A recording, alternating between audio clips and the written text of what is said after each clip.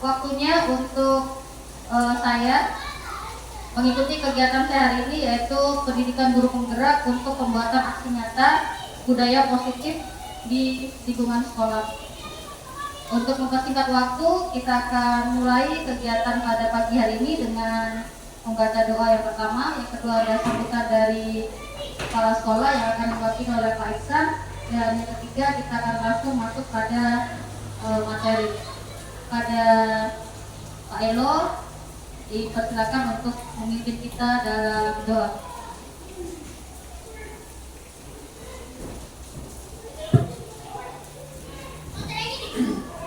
Mari Bapak Ibu, sebelum kita melanjutkan kegiatan hari ini, mari terlebih dahulu kita minta bertolak kepada Tuhan. Saya akan membawakan doa sesuai ajaran saya atau Katolik. Bapak Ibu yang lain boleh menyesuaikan. Mari kita berdoa. Allah Bapa Tritunggal Maha Kudus, di pagi ini ya Bapa, kita jadi mengucap syukur kepadamu atas cinta kasih-Mu kepada kami semua, di mana Bapa telah menyertai kami dari rumah kami masing-masing hingga tiba di tempat ini dengan penuh sukacita. Bapa dalam surga, pada pagi yang indah ini kami akan melaksanakan kegiatan di tempat ini. Kami mohon pertolongan rahmat-Mu berkati setiap kegiatan ini agar boleh berjalan dengan baik sesuai dengan seturut dengan kehendak Allah Bapa dalam surga. Bapa dalam surga, inilah doa yang kami turunkan kepadamu dengan perantara Kristus Tuhan kami. Amin.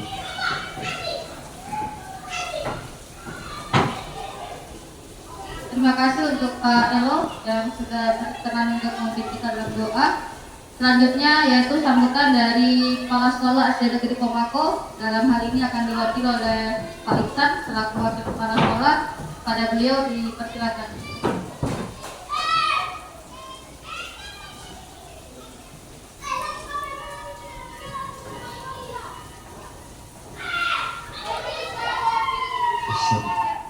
Assalamualaikum warahmatullahi wabarakatuh.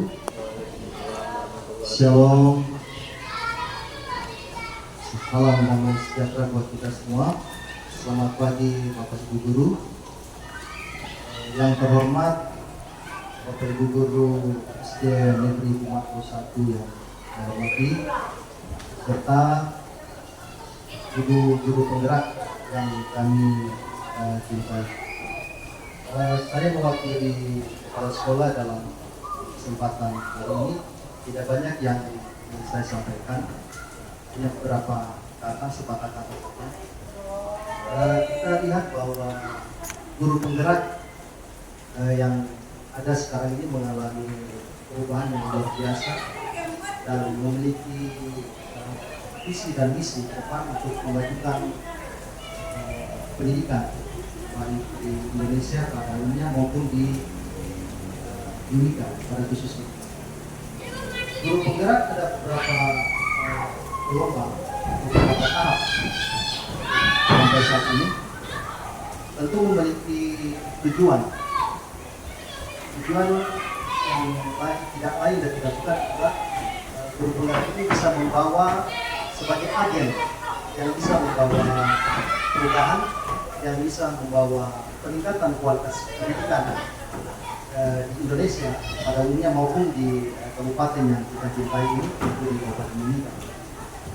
Guru penggerak diharapkan bisa menjadi agen untuk peningkatan kualitas dan dapat melahirkan pemimpin-pemimpin pendidikan yang mampu bersaing, memiliki kompetensi dan memiliki kearifan yang sangat baik.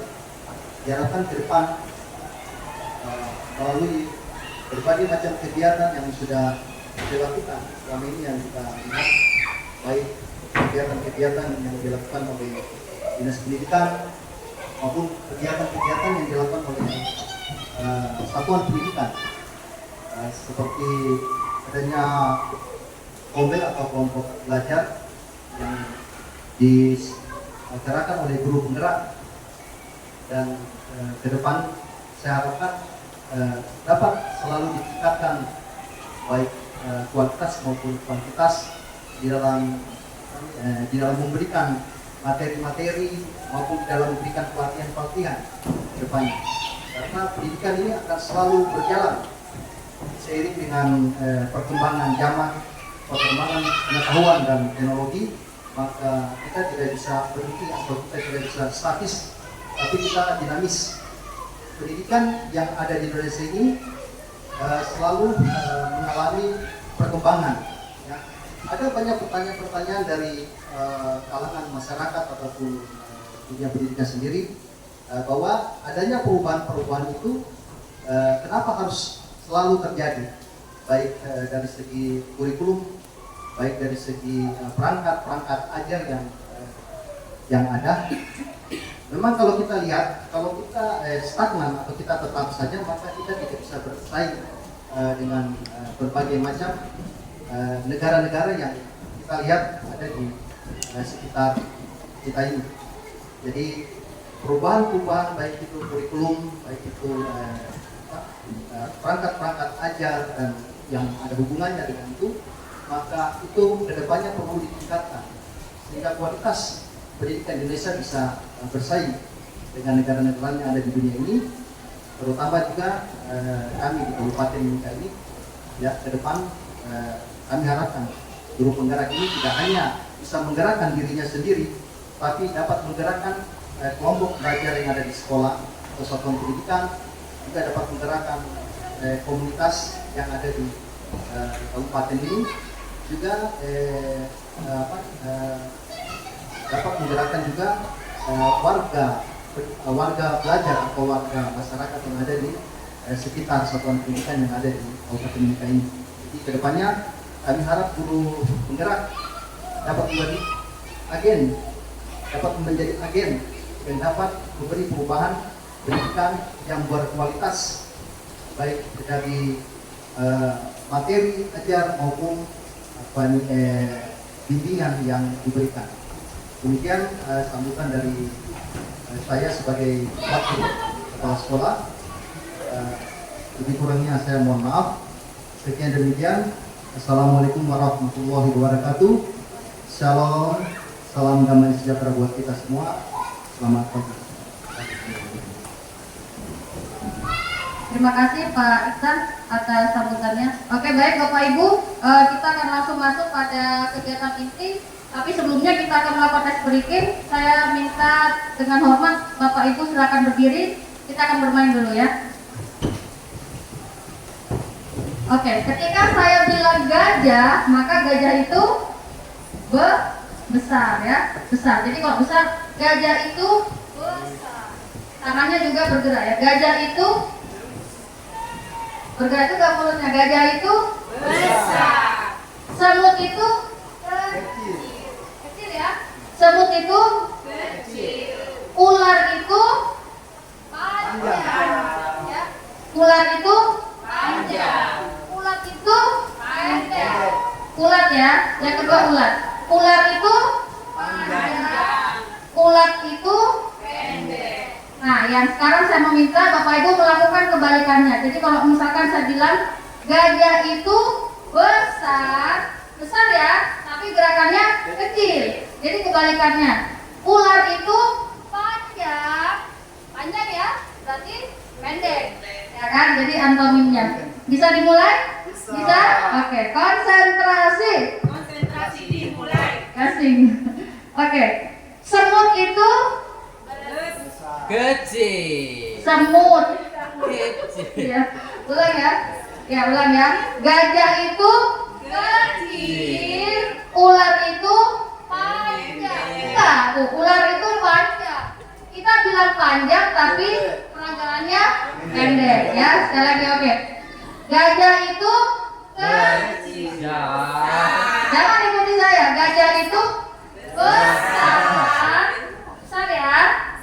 Ular itu panjang. Ulat itu pendek. Ulat kan pendek. Tapi penanggalannya panjang ya. Semut itu kecil. Oh ya, saya yang salah. Oke, baik. Terima kasih. Silakan duduk Bapak Ibu. Tepuk tangan buat kita semua.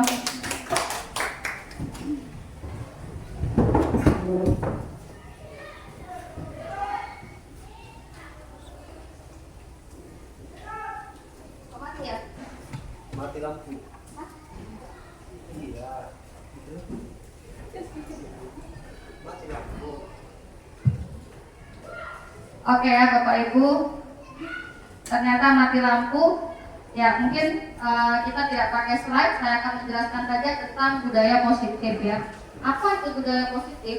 Jadi budaya positif itu nilai atau kebiasaan yang ada di sekolah. Jadi budaya positif itu ada nilai atau kebiasaan yang ada di sekolah yang berpihak pada peserta didik ya. Jadi poin yang akan kita pelajari apapun itu adalah pusatnya adalah peserta didik. Jadi budaya positif adalah nilai dan kebiasaan yang ada di sekolah yang berpihak pada peserta didik agar mereka dapat berkembang menjadi pribadi yang baik, mandiri dan bertanggung jawab. Nah kemarin Bapak Ibu kita sudah melakukan pendampingan ya. Ketika pendampingan itu sempat juga kita singgung tentang visi dan prakarsa perubahan ya. Perubahan paradigma. Nah untuk membangun budaya positif maka sekolah itu perlu menyiapkan lingkungan yang positif, aman dan nyaman bagi siswa agar siswa dapat berpikir, bertindak secara mandiri dan bertanggung jawab. Jadi ketika sekolah itu merupakan tempat yang nyaman bagi anak-anak, maka di sekolah tersebut akan ada suasana yang positif. Artinya apa?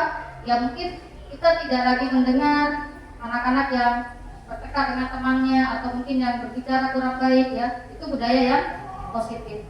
Kemudian perubahan paradigma. Nah ini ada perubahan paradigma teori kontrol ya. Ilusi bahwasannya guru itu mengontrol siswa. Selama ini kita itu berfungsi atau fungsi kita sebagai guru adalah mengontrol siswa. Dan mindset kita itu berpikir bahwasannya kritik dan membuat orang merasa bersalah itu akan menguatkan karakter mereka. Ini yang harus kita rubah. Jadi selama ini saya, Bapak Ibu guru mungkin akan berpikiran ketika kita menyampaikan kepada anak-anak, kamu salah, ibu guru kecewa, kamu sudah berbuat seperti ini. Itu akan menguatkan karakter mereka. Ternyata itu paradigma ya salah. Ya. Kemudian ilusi bahwa semua penguatan positif itu dapat efektif dan bermanfaat. Kemudian ilusi yang keempat, bahwasannya orang dewasa itu memiliki hak untuk memaksa. Ya. Saya lanjutkan. Nah, apa sesungguhnya atau siapa yang sesungguhnya memiliki kontrol? Di sini ada stimulus respon ya. Stimulusnya kita mencoba mengubah orang agar berpandangan sama dengan kita. Ya, kepada anak didik kita selalu mencoba mengubah agar mindset orang lain itu sama dengan kita. Teorinya kita harus berusaha memahami pandangan orang lain. Jadi ini yang harus kita rubah. Mindset kita harus kita ubah. Kemudian perilaku buruk selalu kita lihat sebagai suatu kesalahan.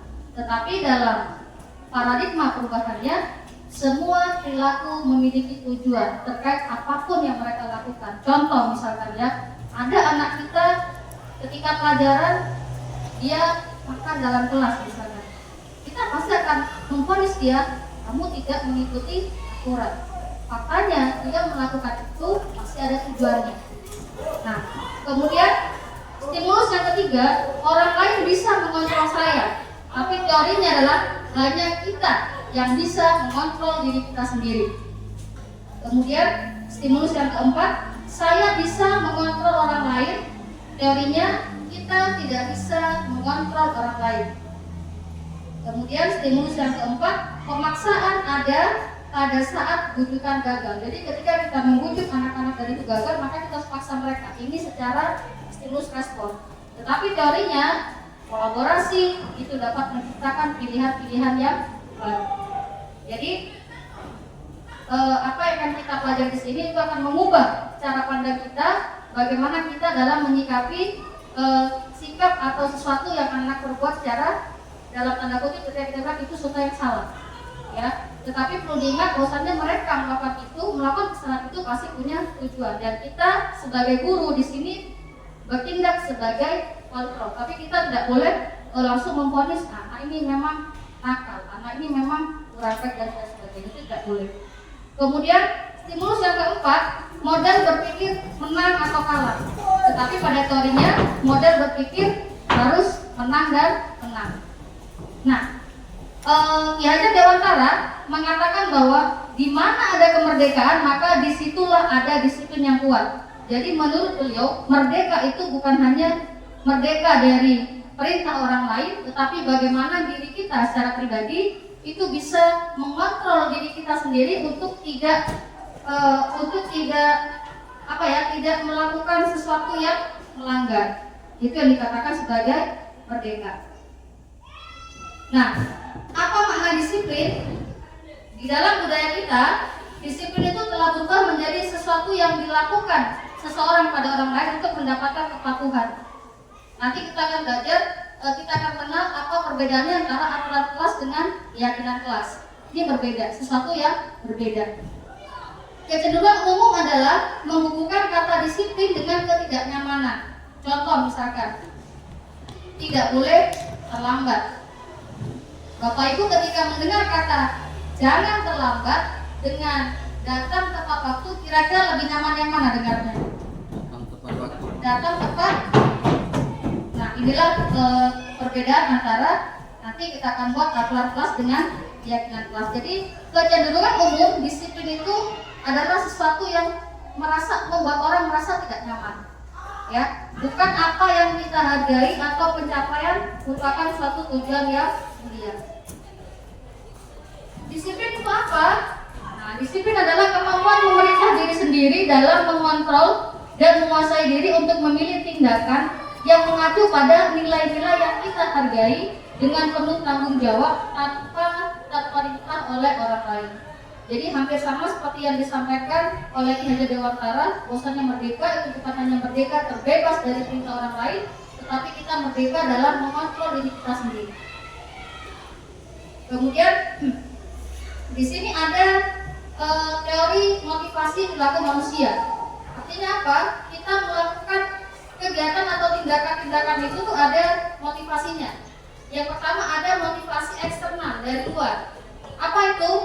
Nah, misalkan saya melakukan ini, misalkan saya datang tepat waktu untuk menghindari hukuman atau menghindari teguran dari kepala sekolah misalkan ya. Ini namanya motivasi eksternal. Jadi dari luar. Kenapa saya tidak terlambat datang ke sekolah? Kenapa saya datang tepat waktu? Agar saya tidak ditegur oleh kepala sekolah. Ya, ini yang mungkin ketika kita ini ada pada diri kita, maka ini dinamakan dengan motivasi eksternal. Kemudian ada motivasi internal.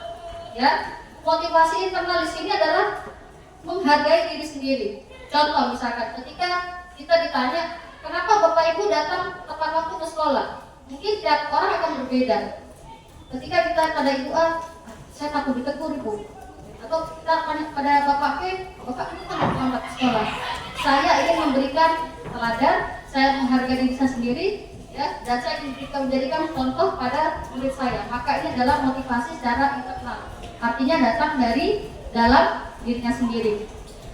Nah, Bapak Ibu, apa yang saya dapatkan ya setelah saya mengikuti pendidikan ini, jadi salah satu poin yang saya ambil ya, bahwasanya motivasi memberikan penghargaan kepada siswa. Ketika kita memberikan penghargaan, itu secara tidak langsung sudah tertanam dalam mindset kita bahwa anak ini tidak bisa. Ya, kita menyuruh mereka untuk melakukan sesuatu dengan ini. Misalkan, ayo kalau kamu bisa ini, kamu akan diberi kasih permen misalkan. Itu tidak baik. Kenapa? Karena itu membangun pola pikir kita secara tidak langsung. Anak ini nggak bisa. Ya, seperti itu. Nah, berikutnya ada kebutuhan dasar manusia. Apa saja kebutuhan dasar manusia? Ini ada 5 ya. Yang pertama, kebutuhan kita berbeda. Jadi Bapak Ibu, termasuk saya sendiri ya, siswa kita itu adalah pribadi yang unik.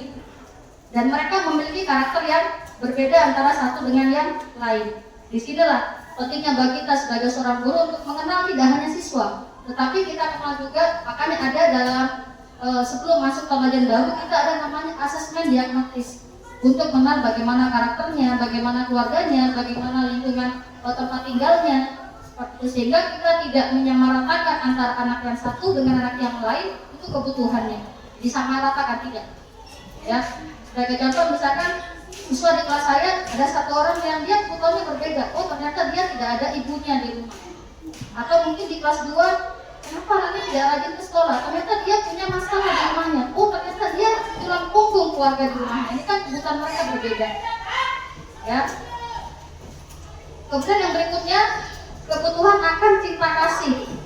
Nah ini, ya biasanya anak-anak itu melakukan suatu tindakan apapun itu, mereka punya motivasi. Apakah ingin diperhatikan, apakah ingin disayang, apakah ingin pokoknya yang lain sebagainya, terlepas dari apa yang mereka bawa dari rumah. Kemudian ada kebutuhan penguasaan. Ya, biasanya ini terjadi pada anak-anak yang misalkan dalam tanda kutip ya, dia ingin menguasai temannya yang lain. Ada kebutuhan dasar kesenangan dan kebebasan. Kalau yang kebebasan biasanya mereka cenderung adalah anak-anak yang tidak suka dengan aturan. Entah itu makan dalam kelas, ketika kita diingatkan, kenapa melakukan ini? Ya dia ingin kebebasan. Maka kita sebagai guru harus pandai-pandai mencari solusi agar apa yang misalkan satu kebiasaan ini bisa kita penuhi. Seperti itu. Nah, di sini ada 5 posisi kontrol guru. Yang pertama sebagai penghukum, dan ini yang mungkin masih sering saya lakukan dan kita semua lakukan. Kemudian yang kedua, membuat rasa bersalah. Ya, jadi kalau menghukum itu kita sudah tahu ya, menghukum kecewa, kamu seperti ini. Ya, kamu tidak berbuat yang seharusnya kamu lakukan. Itu menyakitkan ya Bapak Ibu, menyakitkan. Dan kemarin ketika saya mengikuti Zoom, saya ingat saya pernah melakukan ini kepada saya tidak langsung, itu menyakitkan ya. Kemudian posisi kontrol yang kedua yaitu membuat rasa bersalah. Kita membuat anak kita gak nyaman dengan apa yang mereka lakukan. Yang ketiga, kita memposisikan diri sebagai teman mereka. Artinya apa? Kita meminta anak-anak untuk menyampaikan apa yang ingin mereka lakukan atau membuat murid kita merasa nyaman dengan kita. Tetapi ini juga tidak membantu. Kenapa? Karena ketika kita tidak ada, dia akan cenderung merasa nyaman. Ketika kita nggak ada, ketika kita mungkin sudah tidak menjadi gurunya, dia akan mencari, memiliki rasa ketergantungan. Dan ini tidak kurang baik ya. Kemudian posisi guru sebagai pemantau, ya, pemantau artinya dia menghitung dan mengukur setiap kesalahan yang dilakukan oleh siswa kita. Dan yang terakhir, posisi kita sebagai manajer. Nah, manajer Bapak Ibu, kenapa menjadi manajer itu di perusahaan susah? Karena tadi mereka melakukan suatu kontrol dengan tidak langsung menjustifikasi satu kesalahan, tetapi dengan mengajukan pertanyaan. Kenapa melakukan ini? Kamu tahu nggak resikonya? Kamu paham nggak apa yang harus kamu lakukan? Nah, ini namanya posisi kontrol kita sebagai seorang manajer di kelas ataupun di sekolah. Kira-kira seperti itu. Di sini ada contoh ya. Ketika posisi kita sebagai membuat orang merasa bersalah, itu kira-kira pernyataan seperti ini. Ibu pun kecewa sama kamu. Ya. Kalau misalkan Bapak Ibu di posisi mendapatkan ucapan yang seperti itu, nyaman tidak? Pasti tidak nyaman.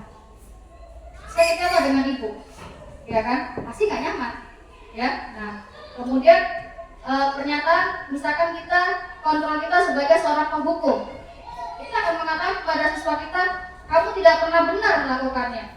Ini berarti kita langsung memvonis dia tidak pernah benar dalam melakukannya. Padahal kita harus ingat bahwasanya tidak ada manusia yang sempurna di dunia ini. Begitupun dengan anak didik kita. Kemudian ketika posisi kita sebagai pemantau, ya, kita memantau saja kondisi dalam kelas.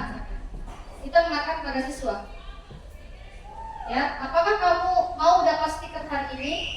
Ya, ini motivasi yang kurang juga, kurang baik jika terus kita lakukan di dalam kelas. Kenapa? Karena memberikan stimulus yang nantinya akan membuat anak-anak kurang kreatif.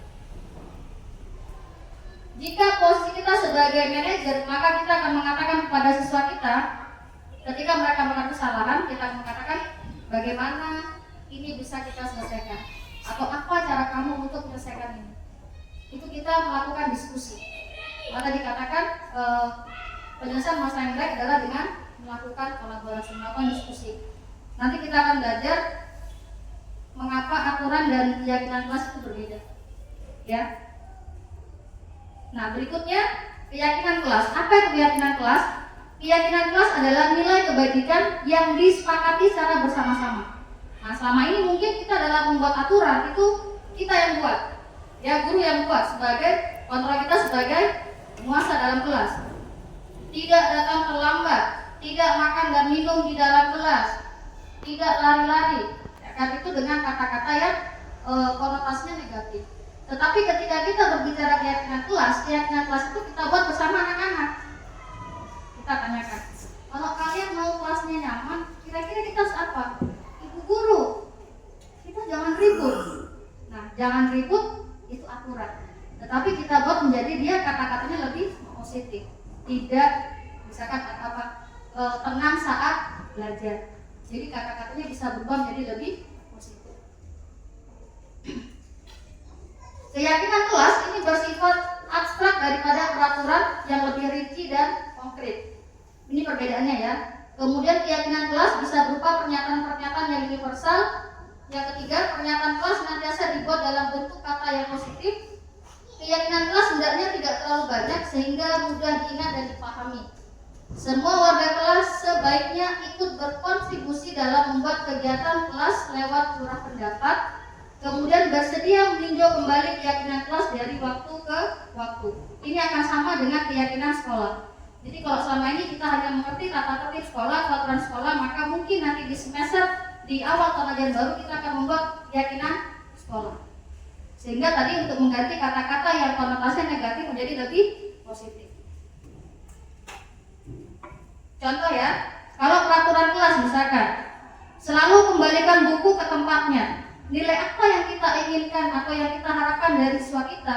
Oh, kita ingin anak-anak belajar bertanggung jawab. Ya. Kemudian dilarang mengganggu orang lain. Ini misalkan aturan, tidak mengganggu teman ketika belajar. Itu keyakinan atau nilai apa yang kita munculkan dari dalam diri anak-anak. Oh, kita ingin anak-anak menghargai temannya atau menghargai orang lain.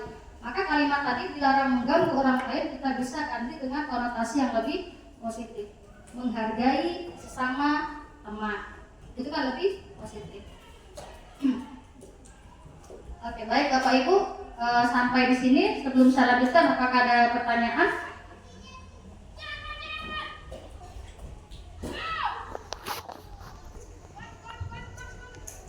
Ya, boleh Pak Guru.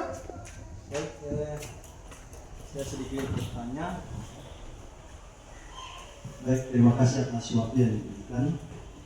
Setelah Ibu tadi memaparkan masalah tentang aturan-aturan yang ada di kelas atau di sekolah,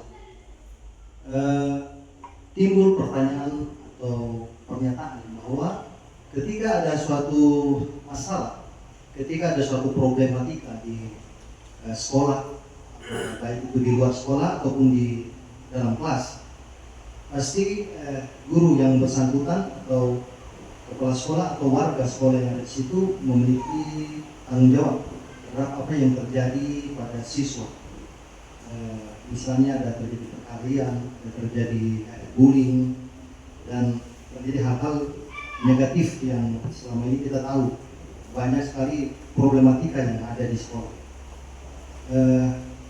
Tentunya aturan yang ada itu pasti memiliki efek jerah, sehingga apa yang dilakukan oleh siswa maupun apa yang dilakukan oleh warga sekolah, ya, ada kenakalan remaja, minum-minuman miras dan yang lainnya yang kita bisa ketemu, atau ada yang mereka merokok, ya. Yang ini saya tanyakan di permasalahan seperti ini menyangkut aturan. Kita mempunyai sederet aturan yang nanti tadi gue katakan bahwa keyakinan atau yakin yang mungkin dia porsinya, dia levelnya dia lebih tinggi daripada aturan. Aturan kemudian ada yakin bahwa kesepakatan antara kita sebagai guru dan warga sekolah. Yang saya ingin tanyakan, bagaimana dikata kalau terjadi permasalahan di dalam sekolah tersebut, terjadi berulang kali, misalnya bullying yang sering terjadi di kelas maupun di luar kelas, kemudian menyangkut pada kenakalan remaja, perkelahian dan kekerasan dalam hubungan antara siswa dengan siswa atau siswa dengan guru itu sering terjadi. Nah, jadi bagaimana? Nanti kata kejadian ini terlalu selalu berulang-ulang. Nah, itu solusi apa yang dapat Ibu lakukan jika ini berulang. Nah, kira-kira solusi apa yang Ibu bisa berikan sehingga ada efek jerah daripada kekerasan ataupun tindakan yang negatif dari siswa tersebut ataupun warga sekolah tersebut. Demikian. Terima kasih atas jawabannya. Waktu saya kembali. Terima kasih Pak Guru. Jadi Bapak Ibu, untuk keyakinan kelas ini tadi saya sampaikan bahwasanya ini dibuat secara bersama-sama antar warga sekolah. Terus baik ya, karena kita buatnya di sekolah. Ketika misalkan ada satu siswa kita yang dia terus-menerus melakukan kesalahan, maka di keyakinan kelas ini kita panggil Pak ya, kita sampaikan. Pertama, kita identifikasi kesalahannya apa, identifikasi sendiri. Validasi tindakan yang salah, kita tanyakan kembali, salahmu apa? Kamu tahu tidak kesalahanmu apa? Dia pasti akan menjawab, iya, tahu itu pun apa? Saya tadi pukul teman. Kemudian kita tanyakan, ya. Jadi yang pertama kita menstabilkan identitas. Kita boleh mengatakan kepada anak didik kita, setiap orang itu pasti punya salah.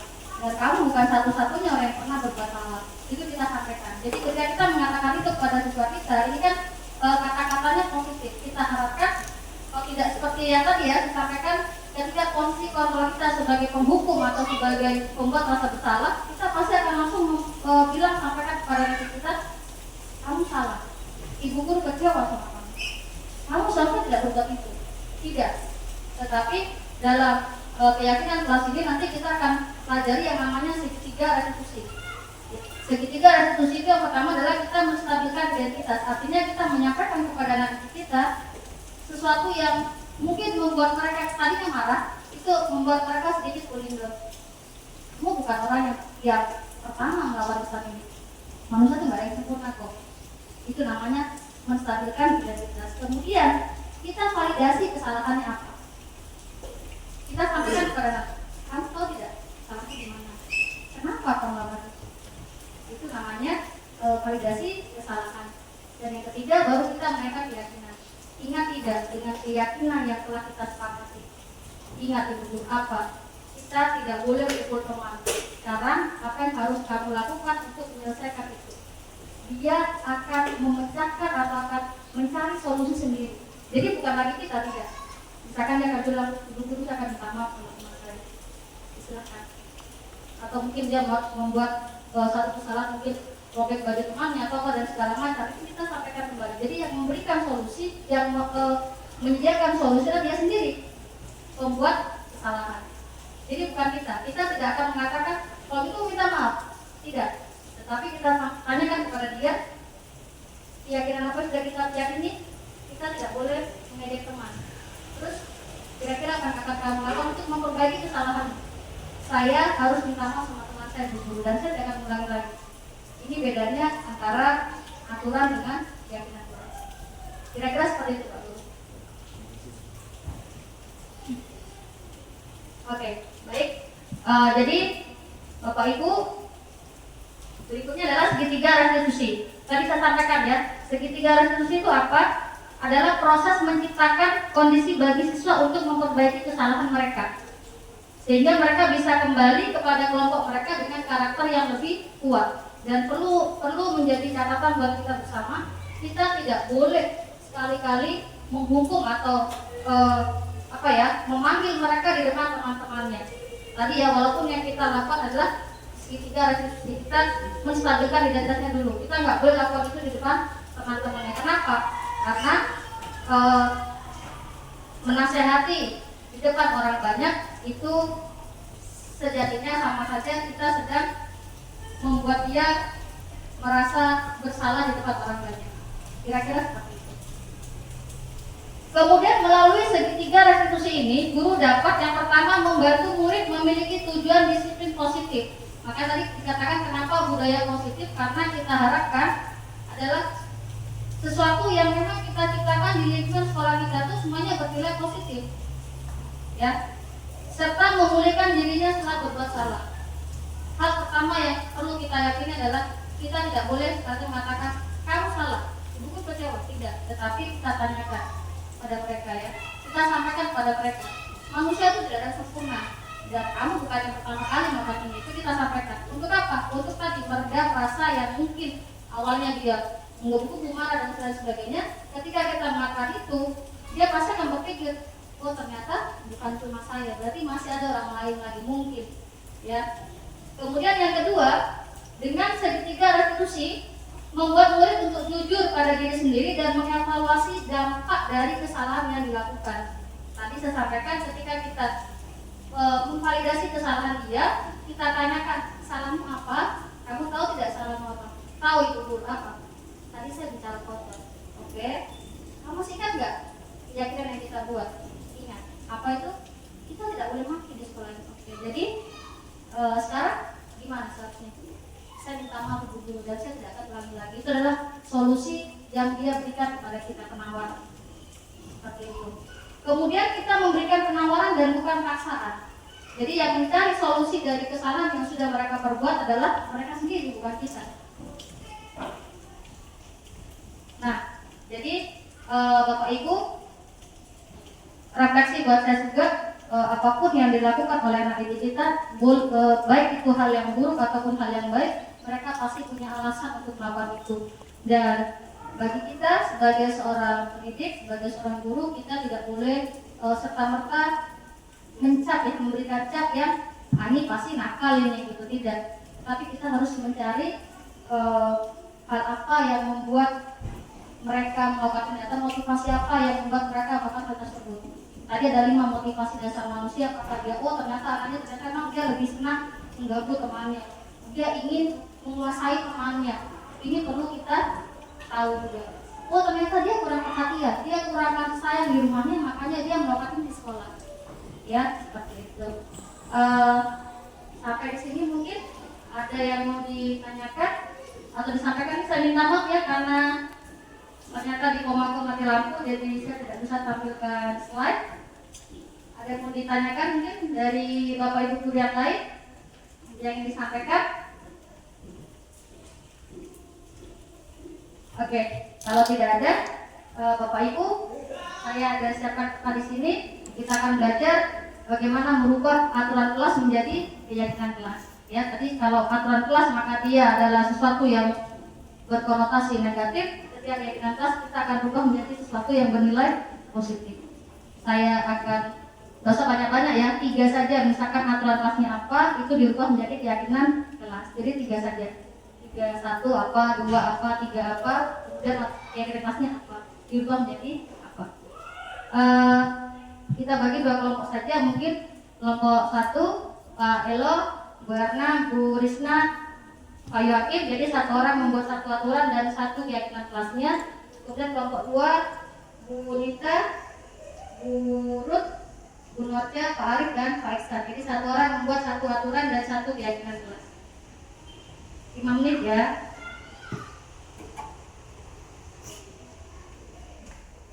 Silakan. Sekali dulu. Iyalah. Sini Bu. Jadi 1 orang membuat 1 aturan dan 1 keyakinan kelas. Spidolnya ada? Tidak ada aja. Berapa? Tidak apa. Pak Iksan ada spidol kah? Tidak ada. Oh, ada. Ayo Bu, silakan. Tapi banyak. Ayo. Ya, sama.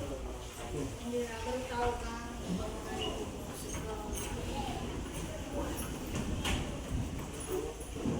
Jadi 1 orang, 1 aturan dan 1 keyakinan kelas. Oke, 5 menit dari sekarang ya.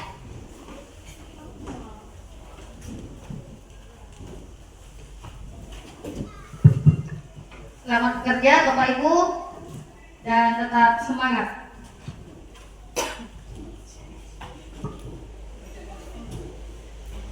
Jadi kita semua di sini kan guru ya, gak ada yang tenaga pendidikan. 1 guru membuat 1 aturan kelas, contohnya misalkan tidak datang terlambat, tapi itu nggak boleh ya karena data kita sudah ulang-ulang. Keyakinan kelasnya menjadi datang tepat waktu. Jadi 1 orang 1 aturan dan dari aturan itu dibuat menjadi keyakinan kelas.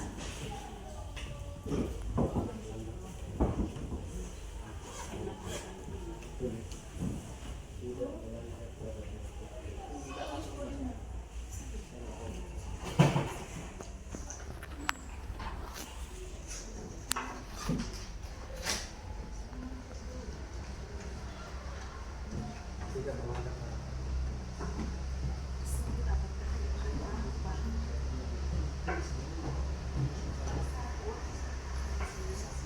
Pak Elo.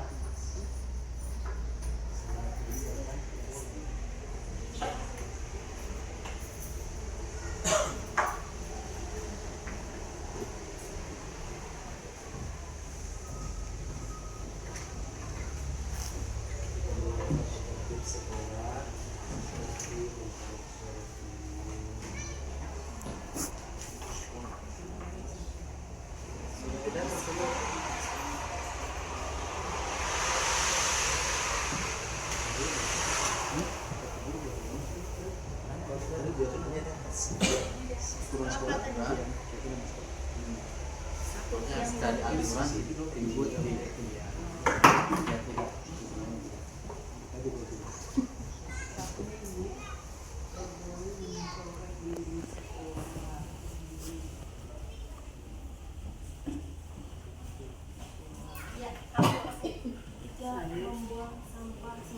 Ya. Itu bisa Bu. Oh contoh. Maaf ya, merepotkan. Merepotkan ya banyak sekali buang sampah sembarangan. Tulis sembarang ya.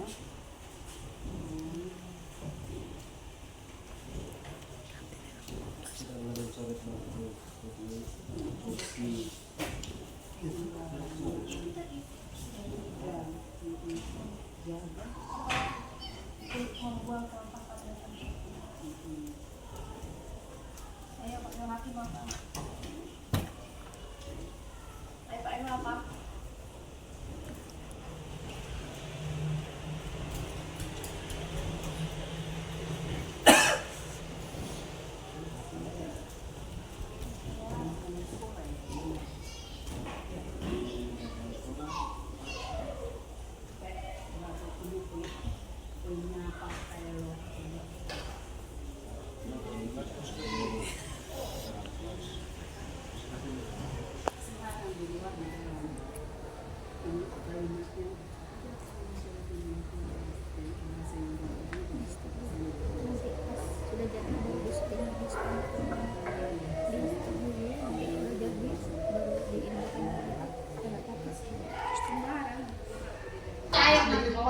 tiga. Oke baik, ini dari kelompok 1 mungkin ada yang bisa menjelaskan. Silakan Pak Elo. Dari aturan kelasnya dulu. Silakan Bu. Sudah Bu. Baik, kami akan melaporkan hasil kerja kelompok 1. Yang pertama, aturan dalam kelas tidak boleh mencoret dinding kelas. Keyakinan kelasnya jaga kebersihan kelas. Aturan kelas yang kedua, tidak membuang sampah sembarangan. Keyakinan kelasnya membuang sampah pada tempatnya. Aturan kelas yang ketiga, tidak boleh ribut saat belajar. Keyakinan kelasnya menjaga ketenangan dalam kelas. Aturan yang keempat, tidak boleh menyontek saat ujian. Keyakinan kelasnya jujur dan percaya diri saat ujian. Inilah hasil kelompok 1. Boleh kita kasih tepuk wow ya. Kasih W. Kasih W. O W. Kasih W. Kasih O. Kasih W. Wow. Tepuk tangan buat kelompok 1. Berikutnya waktu kami berikan pada kelompok 2. Pak Iksan atau Pak Arif, monggo. Sari itu.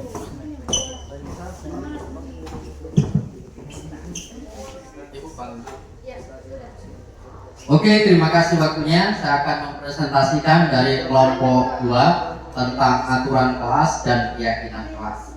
Jadi yang pertama adalah aturan kelas.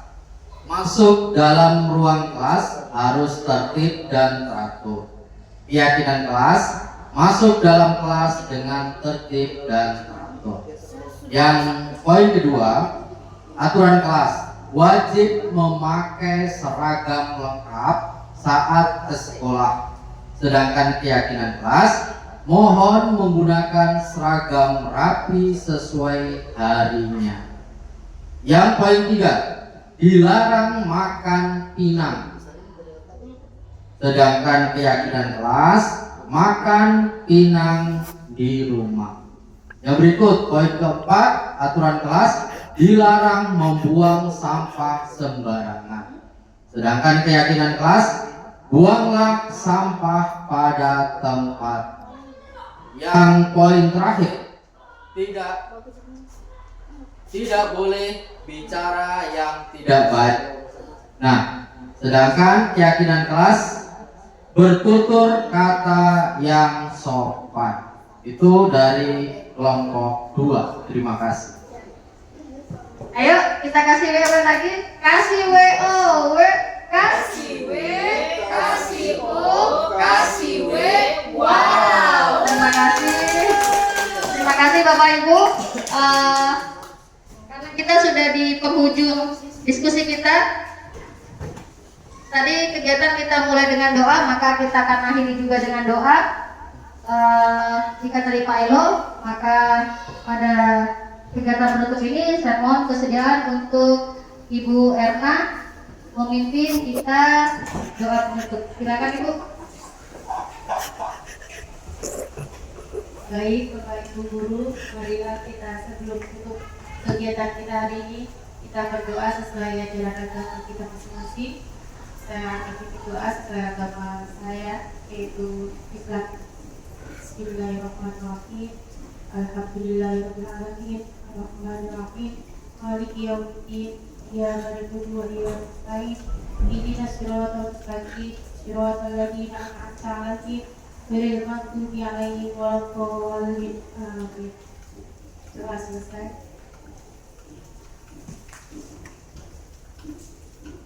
Terima kasih. Sekali lagi saya ucapkan untuk Bapak Ibu Guru atas kesediaan waktunya. Saya tutup kegiatan. Assalamualaikum warahmatullahi wabarakatuh.